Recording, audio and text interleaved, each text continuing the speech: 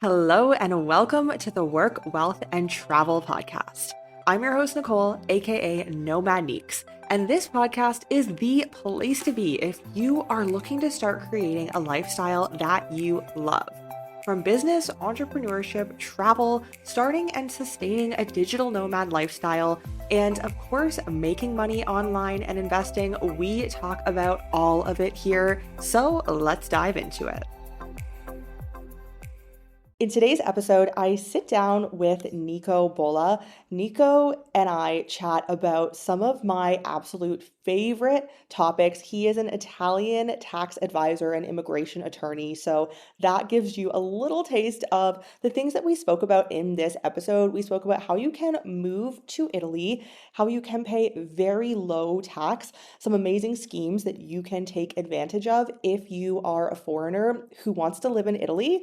And I mean, really, who doesn't, especially living this digital nomad lifestyle? So we dived into so much more. He is so knowledgeable around taxes, citizenship, any type of immigration to Italy, or getting a passport by descent in Italy as well.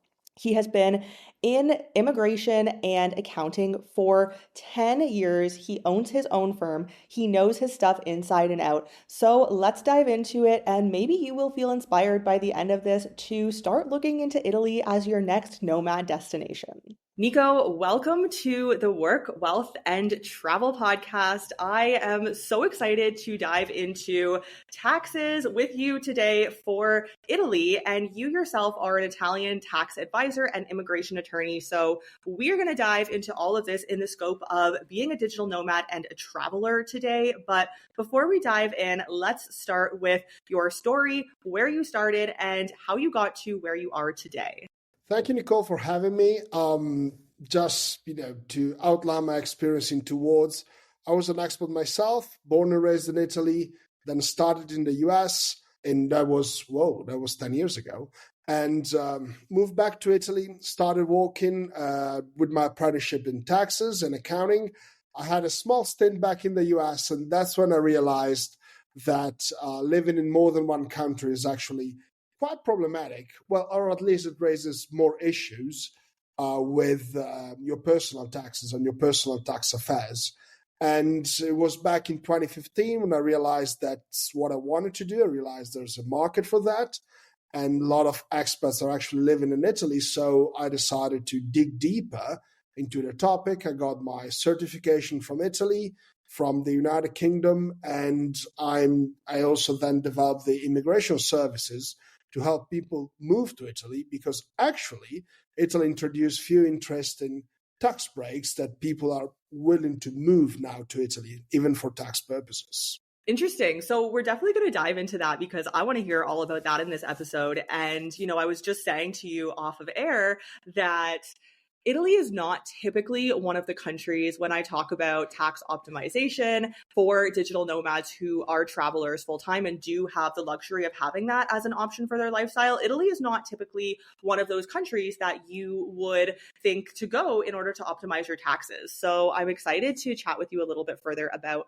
that today and how that can look for digital nomads and people who are looking to relocate to Italy, because it's a beautiful country. It has amazing food. I think Italy is probably on the top of every person's bucket list, or pretty high up there to visit.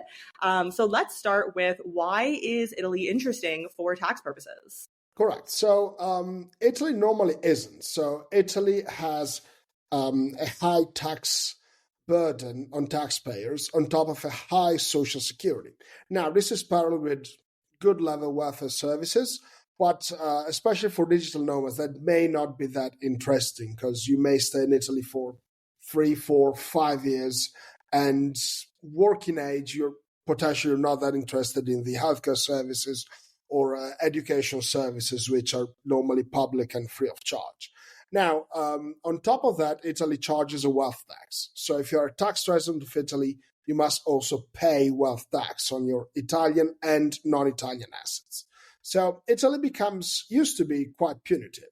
Now, probably the tax office the government more than the tax office realized that and introduced new tax breaks. So basically, there are 3 lines of tax breaks if you move to Italy.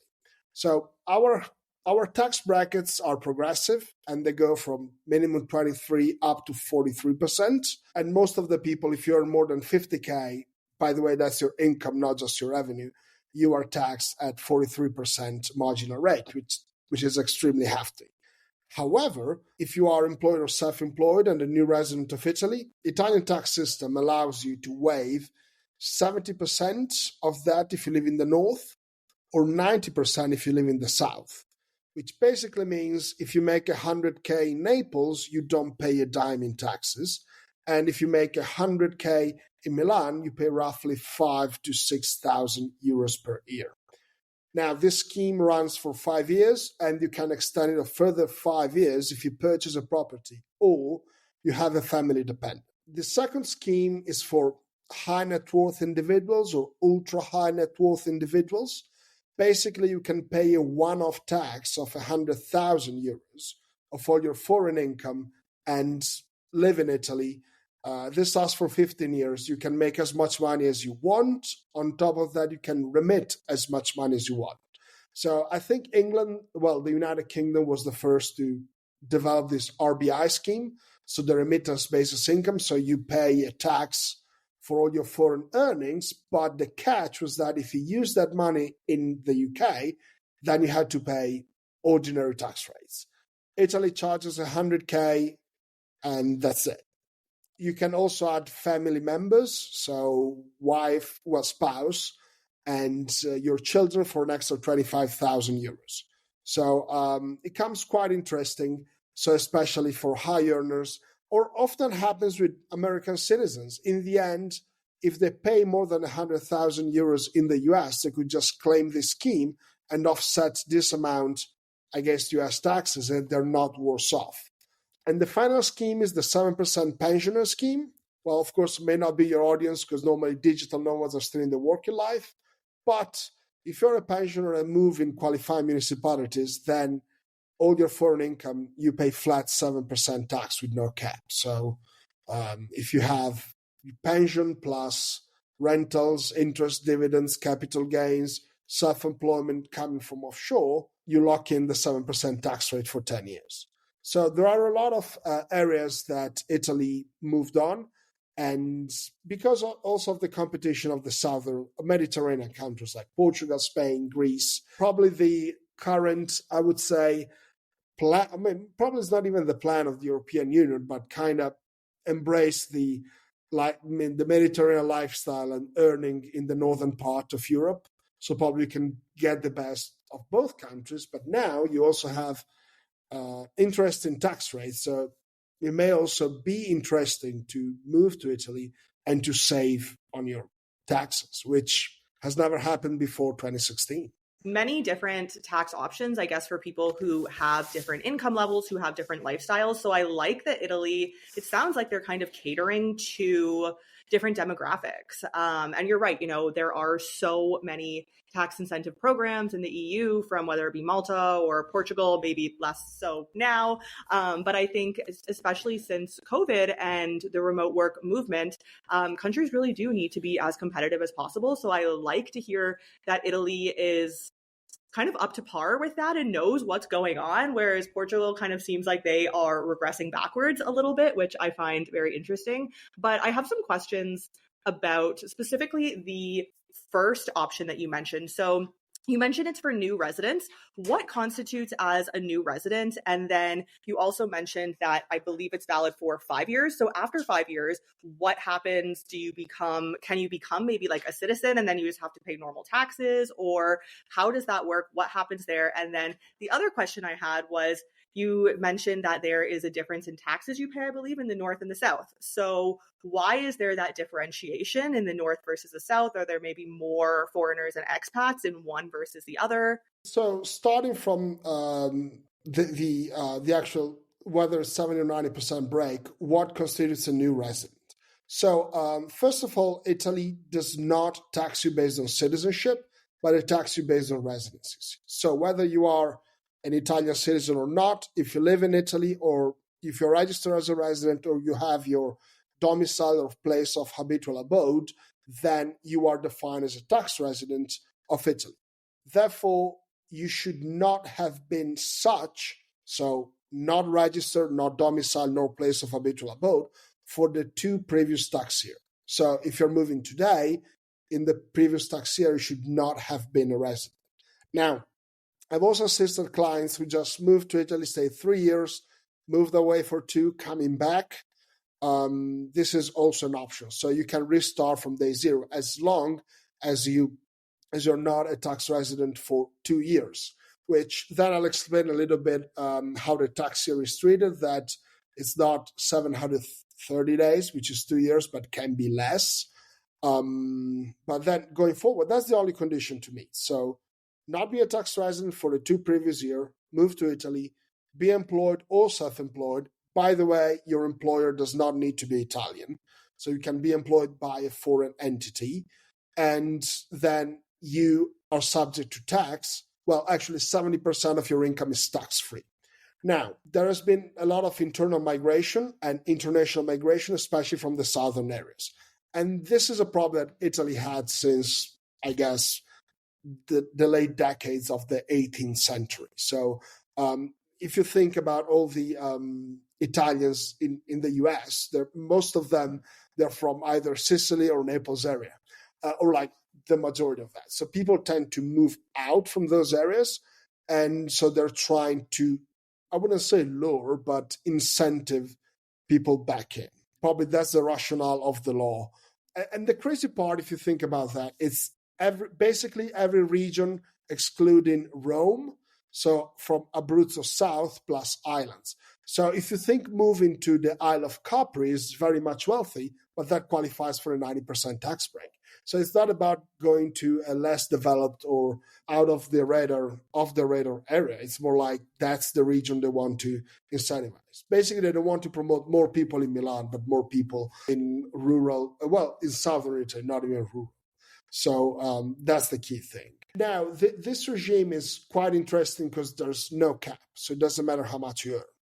So it's not like, you got a 70% tax off, but you need to make 50K or less. Then what happens, this lasts for 5 tax years. You can also extend it a further 5 years, but you have to either buy any residential property, doesn't have to be your primary home, doesn't have to be in a certain area, doesn't have to be fit for particular use, doesn't have a minimum size. It just has to be a residential home. Or you have a family dependent, 18 years of age or less, with you when you arrived. So if you come here with your family and your child is 16, by the end of the 5th year, maybe goes to university, well, you can still claim the extension. Interesting. I didn't know that those were 2 options that you had to extend the 5 years. And I like that those are more innovative options than just, apply again or don't get it again, and bringing money into Italy's economy. So in you saying this, it makes me think of, and I don't know how much you know about this even, but it makes me think of, I don't know the official name, but I think it was about a year or 2 ago, and Italy was incentivizing people to come by buying a dollar home or something like that. And I think a lot of them were fixer-uppers.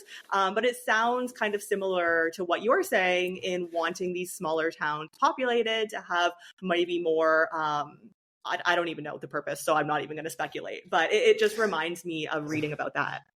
Yes, that's similar. So I've been in touch with the Finance Commission of the Italian lower chamber, and we discussed, because in the end we are not too many tax accountants dealing with foreign affairs in Italy. I was quite surprised about that. So basically we were required to kind of brainstorm about these incentives. But the key thing is not about bringing money back. The key thing is bring brains back. So whenever a community loses a lot of professionals, a lot of individuals, well, then you create a downward spiral where just, you start losing engineers, doctors, then you start losing electrician, plumbers, and then you're left with, okay, then houses are in ruins. So it's not about to get back a fixer-upper, which, by the way, that was quite an interesting program in Sicily. The city of Sambuca made a great job with that.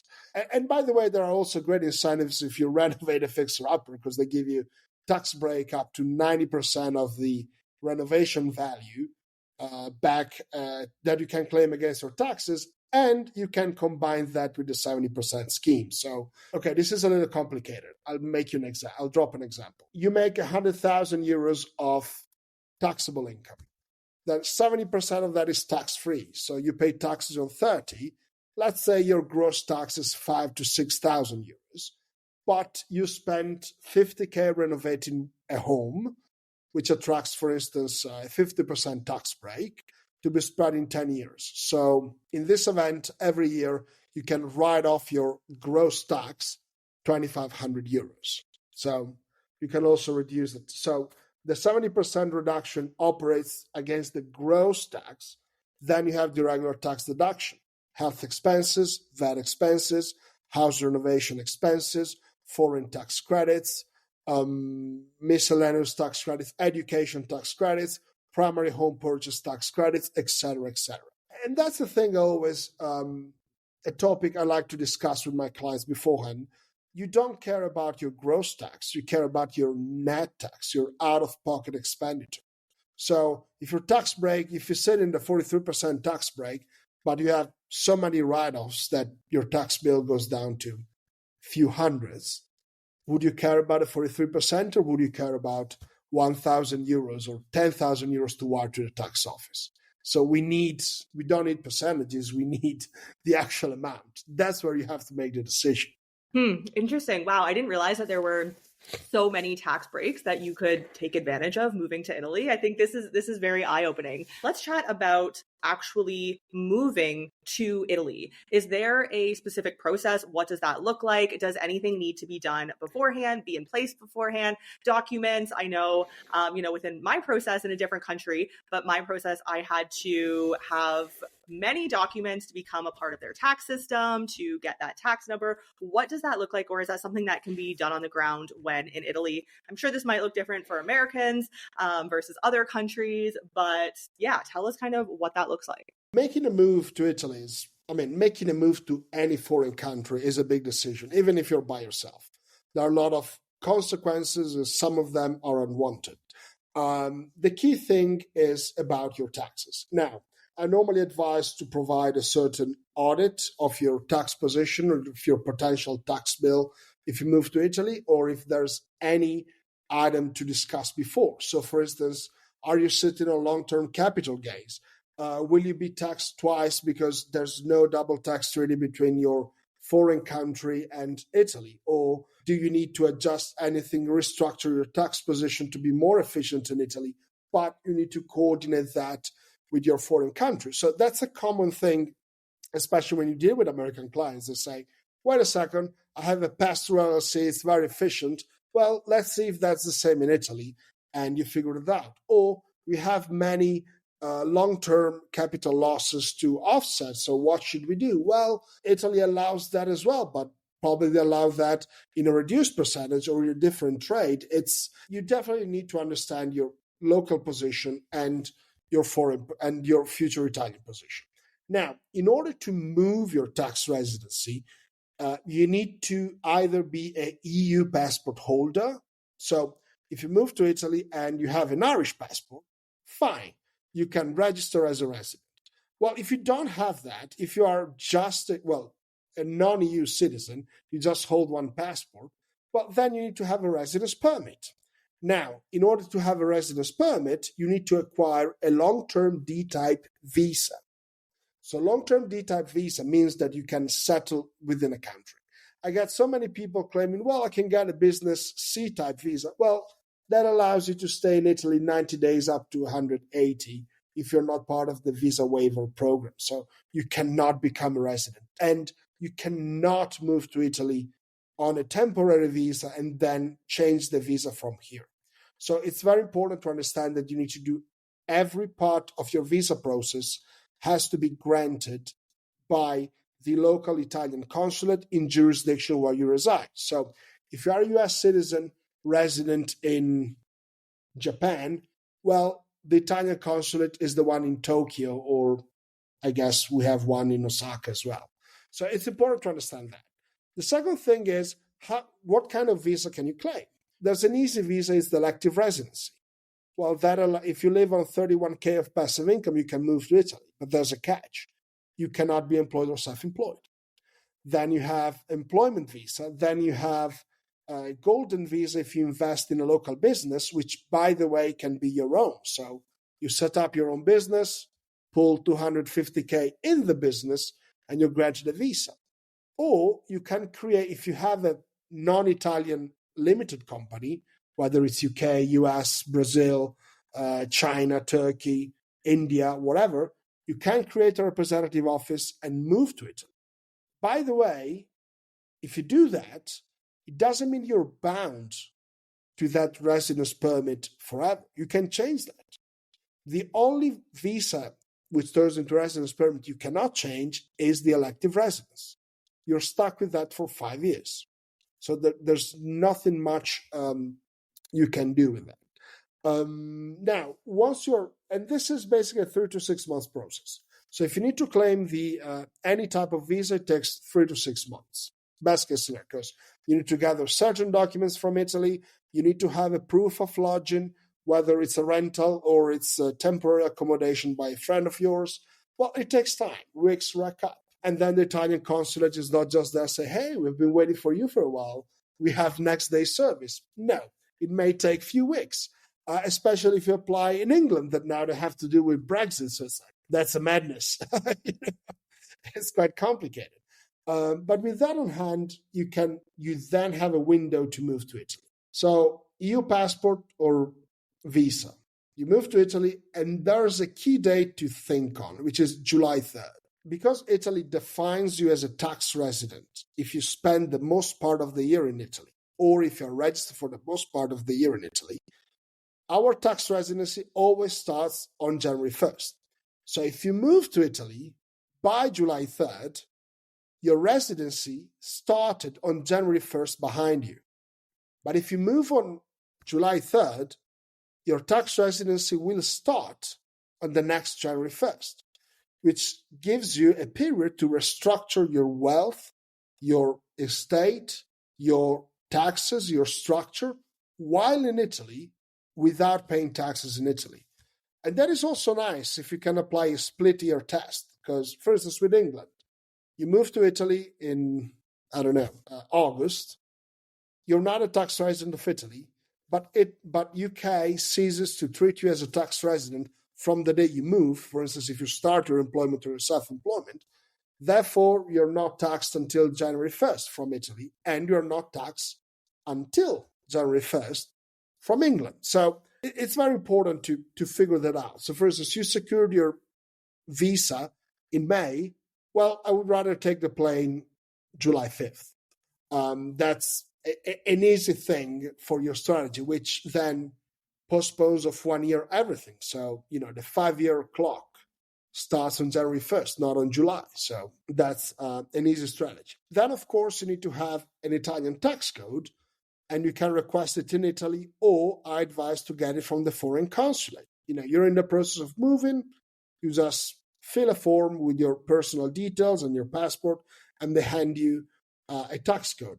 And we use that like your social security number in the US for every single thing, even to sign a contract, like a rental contract, banking contract, or you need that to set up your utilities, or your Wi-Fi, you need the Italian tax code. So that's the key element to have before moving to Italy. But then, of course, if you're also thinking on doing your visa, well, then you have to deal with the consulate, and you have enough time to think on the Italian tax code as well. But having a tax code, that's a question I always get, doesn't create any tax liability exposure to it. It's as simple as that. Like, tax code is just a code.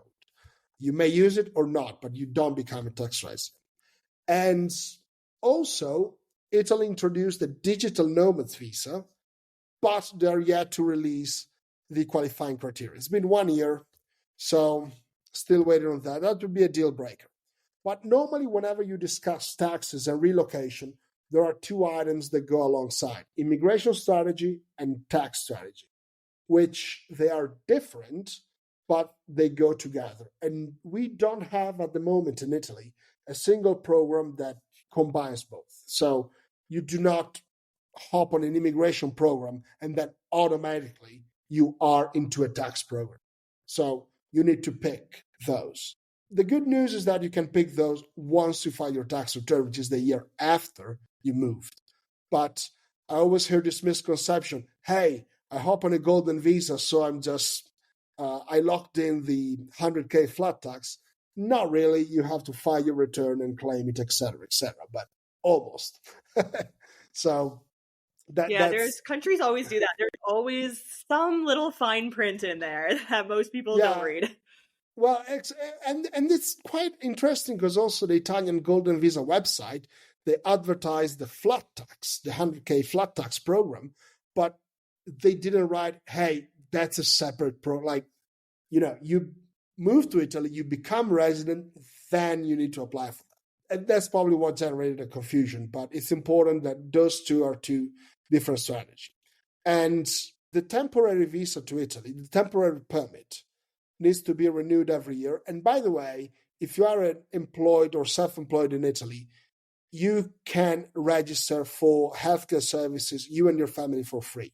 So there's no particular charge. So if you are a digital nomad, you move to Italy because, for instance, you have your US LLC and you create your representative office in Italy. So you move on that ground. Then you can keep being a freelance, basically, claim the 70% off, and you can also benefit of the healthcare for free. So there's no separate charge for that. But now, if you're in Italy on a temporary residence permit, they normally last 1 or 2 years, but you need to renew it every year. And normally you need to show a minimum income of 12,000 gross 12,000 euros, which honestly, if you don't make those before taxes, I don't know how you can afford living here, even by yourself. Inflation got the cost of living. 12K, they're not enough. I don't have a flamboyant lifestyle or a lavish one, but 1,000 euros per month, it's quite hard to meet month ends meets. So, but anyways, you renovate every year, and after 5 years, you can claim the European residency card.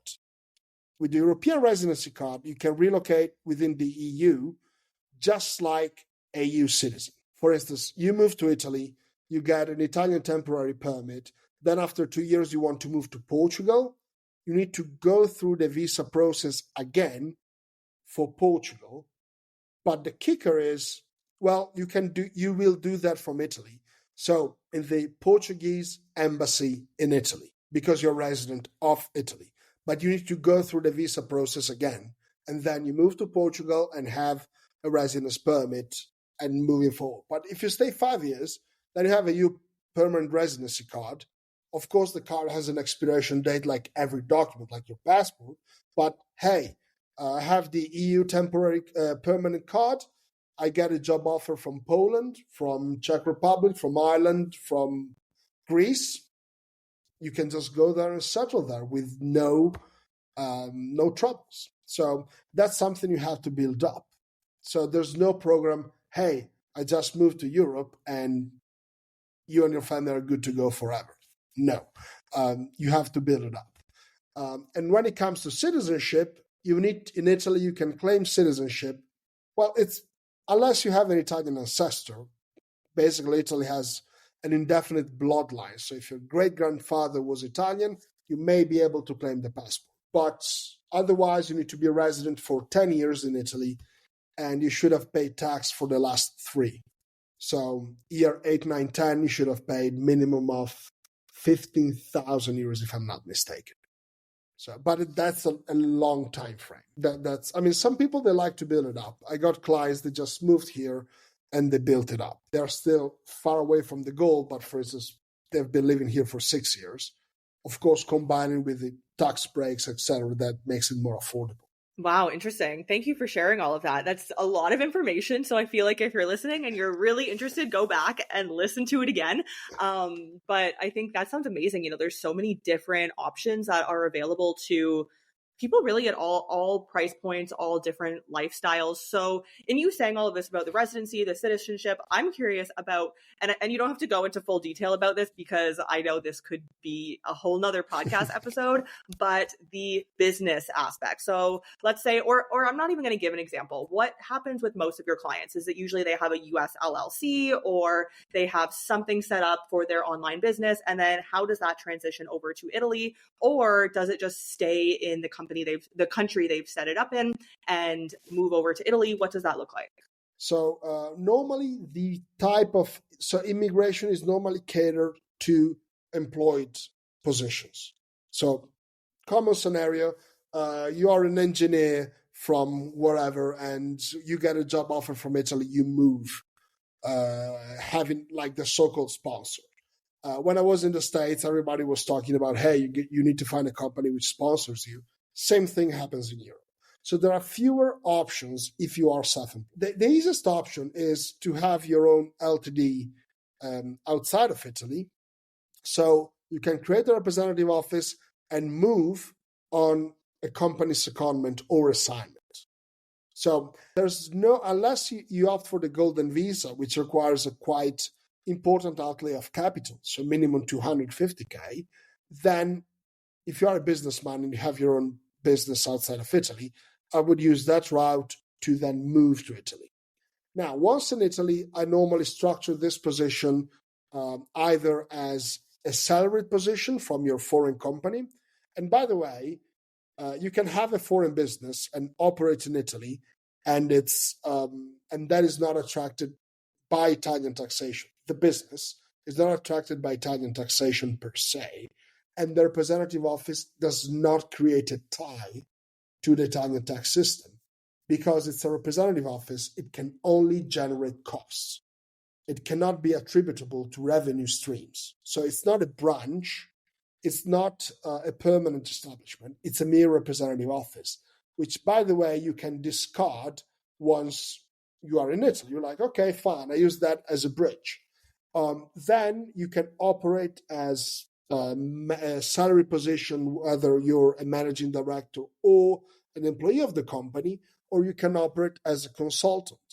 Now, a strategy I commonly use for clients, especially when they decide to move, is to allocate revenues in a certain jurisdiction. So, for instance, if you are normally happens with Americans, which are the largest export population in Italy, you keep your business in the US, and I want to have the most flexible position in Italy.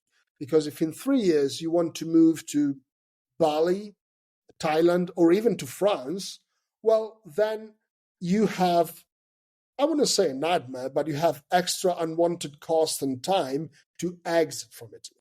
So a common thing that people don't think, so everybody thinks about the entry cost or the entry requirements, but what about the exit ones? So it's just like leaving cookies on browsers and you want to delete those. That's why I prefer to have a very simple freelancing position that you can close it overnight. And by the way, Italy does not require you to trade with an Italian bank account.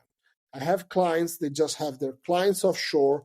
They cash their amounts in dollars, Australian dollars, pounds, even euros, using their long history of accounts.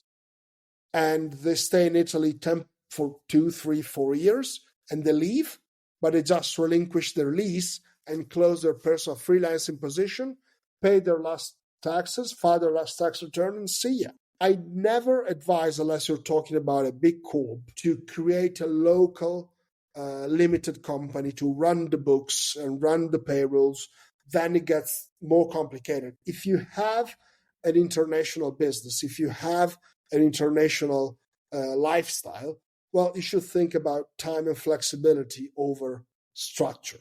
So how easy is that to relinquish? How easy is that to move away? How easy is to wind everything up? Well, that's what that's the clientele I normally cater, they focus. So I normally do not advise to transfer your business to Italy, unless you have very specific questions. So I had a client who works in the leather industry, and they had to move because their key clients are based in Italy. Well, key suppliers. and also part of the client. So, well, for his type of business, moving to Italy made a lot of sense on a branding and reputation. As I said, if your lifestyle is to hop around different countries, you should pick one country to incorporate your business, one country to keep your banking relationship, and then wherever you are, you just pick a local flexible structure to help you until you move. So that's how normally I advise the digital nomads clientele. Yeah, I love that. Thank you for mentioning that because I think that is a very common question. And maybe you've seen this too, a misconception, maybe not question of people when they think, oh, I'm going to move to Italy and I'm going to set up a life there. So I have to have my bank account and my business and everything in that country. And I personally, for my lifestyle, I always advise against that. I don't do that. I don't want one country to have claims on everything. But I think that is a very common misconception because that is the traditional way of thinking is, my life is here and now I'm a resident here. So everything else has to be in this country. And I think that narrative is changing a little bit within recent years, but I think that's still a very common misconception. Now, starting to wrap up, I would love to chat about money and costs. So you mentioned at one point, I think you have to be making a minimum of 12,000, which I completely agree with you. I think that is probably the bare minimum, if that, to survive in Italy. And I'm sure the prices fluctuate depending on which city or town you're in. But what can somebody moving to Italy expect for the average cost of life? Well, the 12K I mentioned before was in regards to the minimum requirement to renew your residence permit. Now, Italy. Well, if you've been in Italy, it's a very diverse country whenever it comes to cost of living. So, of course, you have two key center of gravity, which are either Milan or Rome. Normally, in those areas, of course, it's extremely variable. Depends where you want to live. Depends if you want to live in the outskirts, etc., etc. But normally, just to rent a place, unless you like to live with college students, which I liked when I was 22. Now, not any longer. I need a more comfy lifestyle. But I mean, the minimum you spend is 1,000 a month on your accommodation, which that includes the condominium bills, and probably budgeting another 150 of heating and electricity and water. Of course, I mean, this varies on the month by cooling and heating, but normally that's a budget. But if you live by yourself as a digital nomad in a large area, which is either Milan or Rome, probably even Naples and Turin to a certain extent, considering all your life costs, probably we're in the 2,000, 2,500 per month region to live a comfortable lifestyle. The key component in Italy is normally rental. So rental is quite expensive. So, normally takes a big chunk of your paycheck if you earn the average Italian salary. To me, in my opinion, the key thing to basically unlock the full potential in Italy, which, by the way, if you consider Milan to other major metropolitan areas in Europe, or Rome compared to Paris or to London, that's a fraction of that. It's way cheaper. But if you consider that to live in, I don't know, in Tarragona, Spain, or the Canary Islands, that is more expensive. But to me, the full potential of Italy, the cornerstone of Italy is to do not earn an Italian salary, have your foreign clients, so you can bill your US rates, your UK rates, your Australian rates, and then live in a mid-sized city, like between 50,000 people to 300,000. Probably that's, otherwise, I mean, cities like Bologna, Florence, they can get a little bit congested and they're normally also university towns. But if you like a comfortable lifestyle, that provides the cost of living goes down because your 1,000 euros a month you pay for rent, that goes down to 500. And then also life is a little bit easier in smaller cities compared to Milan, because then Milan gets very hectic. I mean that's my viewpoint. And the key thing I advise if somebody relocates is rent before you buy. So Italian real estate prices, if you exclude Rome and Milan, or if you want to have the villa next to George Clooney's one, that's expensive. But if you like to have, a villa not that, I mean, in the prime spot of the Como Lake, well, prices are not that bad compared to other European countries. The problem is you're stuck with a deal. It takes probably 2 years to sell. So think about if that home has been sitting there for a while before you arrived, it will sit for a while before you leave. So I normally advise to rent before buying, because then you figure out if that area is for you. You may move there in the summertime and spring, which is fantastic. Then November kicks in, and like, oh Jesus, like you're just locked in a ghost town. So that's another key component to think. Or maybe you moved in the summer, there are too many tourists, and you want to move out, and then September kicks in and it's gorgeous. You never know. So, but when it comes to budgeting, probably between 1,200 to 2,500 to live an average comfortable lifestyle in Italy, that's more or less the price. And by the way, you don't have to pay for health insurance. That's true. Yeah, that seems very affordable to me, at least, in a beautiful country in Europe that I think everybody wants to visit. That seems very reasonable. So thank you for sharing that. So wrapping up, are there any last thoughts, anything that we didn't touch on that's important that you want to share? Another item I always advise my clients is check the optical fiber network of Italy.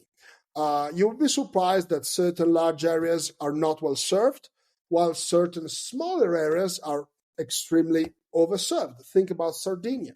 Sardinia has the fastest network of Italy, and it's off the radar for many digital nomads. Everybody talks about Puglia and Sicily. Second, flight connection. Moving to Italian islands, you have more connection than certain areas. Florence, flights are underserved. Cagliari, you have more flight. Palermo, you have a direct flight to New York. That's weird. So, because normally islands are better served for flights. Other items to consider is also inheritance tax and inheritance exposure. So, of course, I mean, as an Italian, we're a little bit superstitious about death. But if you move to Italy, then you also you become a resident for income tax. But if you die in Italy as a resident, you are also liable. Well, not you, but your estate, because of course you cannot, for a technical reason, liable to pay inheritance tax. And Albeit Italy provides a 1 million exemption nil rate area for every lineal dependent, so 1 million per child, plus business items are excluded, plus life insurances are excluded, etc., etc. You still need to deal with inheritance from Italy. So you need to appoint an executor, you need to use the Italian laws. So it's very important whenever you decide to move to Italy. And by the way, it's very important if you decide to move to any country, including Italy, to fix your will before you move. So to make sure that your will is compliant in Italy, and to make sure that you elect the country that taxes your estate and administers your estate. So for instance, as a US citizen, you can say, I want my will to be administered under the US laws exclusively. So if you die in Italy, then your estate is dealt by a US executor, which, may be your family lawyer that your family members know. Otherwise, then you need to move that to Italy, and then you're currently your issue, so your family is sitting in the States, and they need to go to the Italian consulate, provide a statement, put the apostille, move to Italy, translate. It gets quite complicated.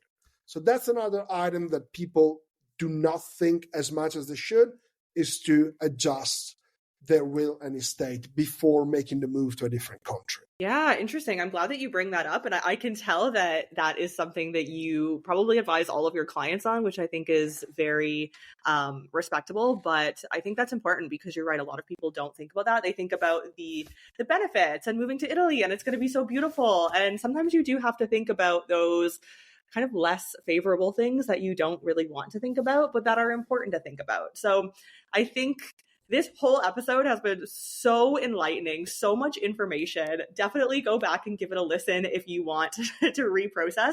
But what I've taken away really is, if you are serious about moving to Italy, And now you know the different schemes and the different options that you have and that you might fit into. But I think it's probably best to speak to somebody like yourself. All your links will be below, so that you can really figure out what is going to be the best option. Because it sounds like to do this on your own is going to be next to impossible unless you are an expert. So where can people find you online? I have my website, that's my key point, and also my Instagram and Facebook account. I'm not very good with social media, to be honest. Thank God I have a great social media manager, but probably the website is with the blog, with all the information, is probably the best place to reach me at. You've just listened to the Work, Wealth, and Travel podcast. If anything from this episode stuck out to you, I would appreciate if you take a screenshot and share this episode on your socials. Of course, be sure to tag me. Don't forget to leave a review for the podcast. That seriously helps out the show and helps it out with discoverability. I would really appreciate you leaving a review, sharing on your socials if this episode truly stuck out to you, and I will see you in next week's episode.